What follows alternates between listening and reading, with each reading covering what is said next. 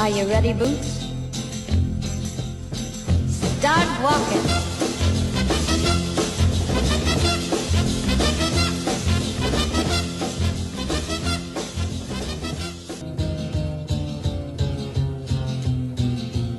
Les marques sont nos mythologies contemporaines.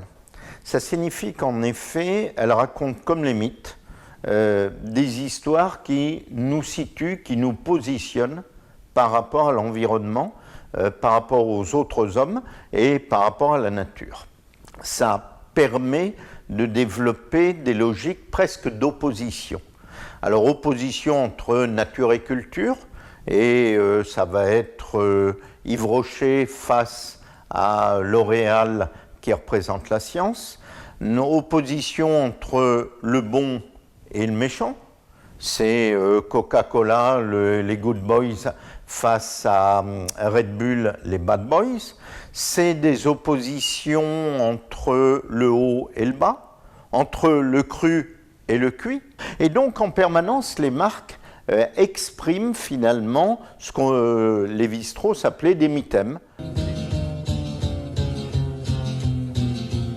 Des oppositions de base et qui permettent à l'homme de se situer, de s'identifier en quelque sorte à un certain nombre d'idées fondamentales. Alors ces idées fondamentales, elles sont peu nombreuses.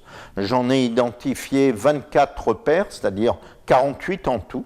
Et depuis 70 000 ans que l'homme pense, globalement, il vit sur une cinquantaine d'idées.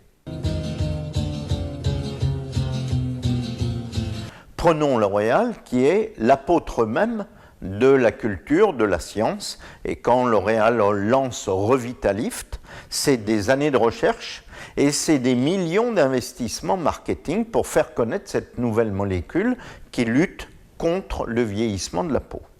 De l'autre côté, Yves Rocher nous dit, nous, on utilise ce que les femmes savent toujours, que le thé vert, c'est le meilleur produit pour finalement rester jeune. Et Yves Rocher lance à partir de ça un certain nombre de produits à base de thé vert. Ça permet à Yves Rocher de gagner énormément en temps, puisqu'une partie des femmes savent déjà que le thé vert c'est bon pour la peau et pour rester jeune et belle.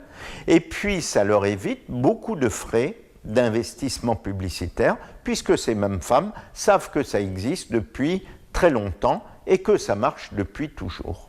Et donc cette opposition binaire finalement Yves Rocher L'Oréal montre très bien que les mythes s'appliquent complètement au storytelling, au discours, au récit finalement de chacune des marques et qu'elles jouent presque en effet de miroir, en opposition.